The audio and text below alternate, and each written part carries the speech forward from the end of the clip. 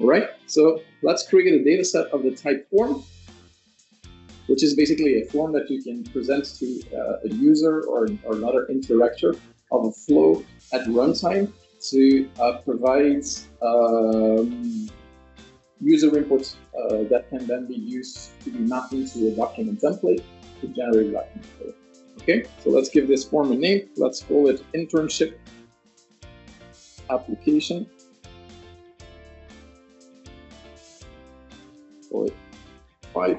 There you go. Done this a few times. This is going to be a data set of the type form. So let's hit create. And then instead of starting to create, to actually go to the design page, and what you would normally do is you have a bunch of fields that you can start dragging and dropping in here to create your form. It's pretty straightforward. It's very user-friendly, but it takes, minutes to maybe an hour or so to build out a form. So what I'm going to do instead is use my AI assistant here, and I'm going to ask it create a form with 3 sections. One with personal details, one with what else? One with university details. We're doing an internship application here.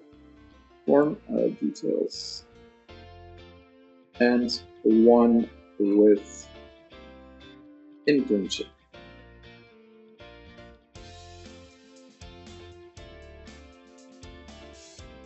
There we go.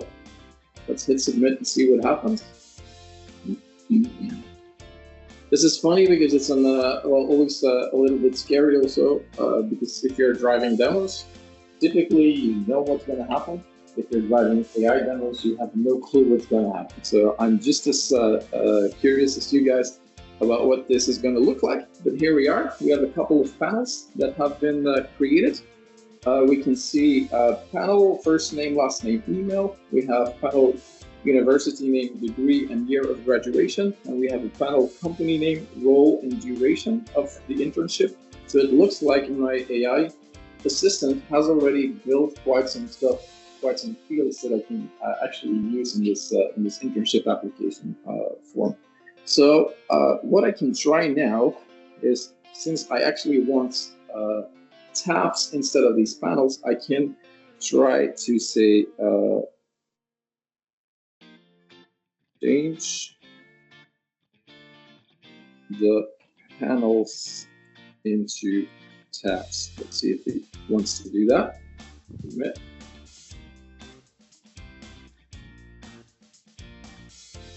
This is one that often fails, so I'm very curious whether it's going to happen. Let's hit the preview button, see what it looks like. Look at this. Personal details, university details, internship details. Let's hit apply. So now I have a form that looks like this, and I can start navigating through my form this way. So I can add a lot of additional fields, but maybe on my internship details, maybe I want to add a start date and end date for the internship.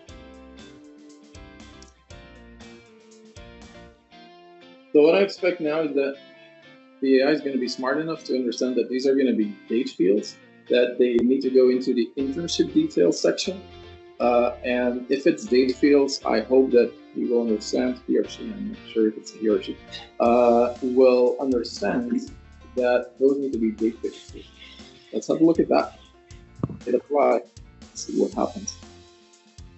If I go to internship details, it has a start date and an end date, and look, turn it into a dedicated field, which is cool, right? Same thing probably for the end date. Okay, we could say, okay, add a field to upload a resume. So uploading means it needs to be a file field. It needs to be a file field that you can use to actually upload something and something work. We'll see if the AI is smart enough to know, I'm maybe going to put it in the internship thing or the internship section, and not in the in the university section, for instance. Let's have a look. So it landed up in the personal details, which is good as well. I mean, must be your resume, could be part of your personal details. So cool. We could do more funky stuff. Let's do something in the university details. So we have university name here. What if we say make university name a drop down with all of the major universities in Belgium and the Netherlands? Would it be smart enough to do that?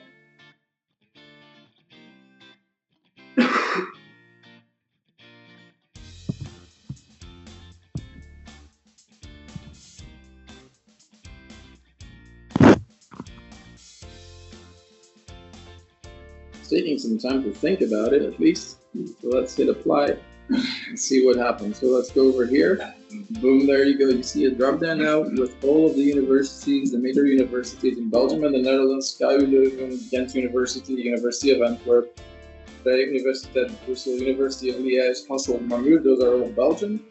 But the Dutch ones are here too: Erasmus University Rotterdam, University of Amsterdam, Leiden University, and so on. It's just generated on the spot. But it's static. I think that there's not a list. Yeah, this is a static list in the JSON document. I tried something funky that didn't work before. I added a country field, and I just said, we're going to select the country first, and then I said in the next field, the name of the university, try to build a predefined list based on the country that was selected before, and then it said error. Okay, so there are limitations, but look at this. What I did earlier, what also worked. I'm going to try it again. Add an other option. I'm going to put that between quotes. And other option to the drop down list of universities. When selected, add a field to specify the name of the university. So let's see if we can make it add a conditional field that will only show up provided a certain option is selected in the previous field. So we'll see whether it works.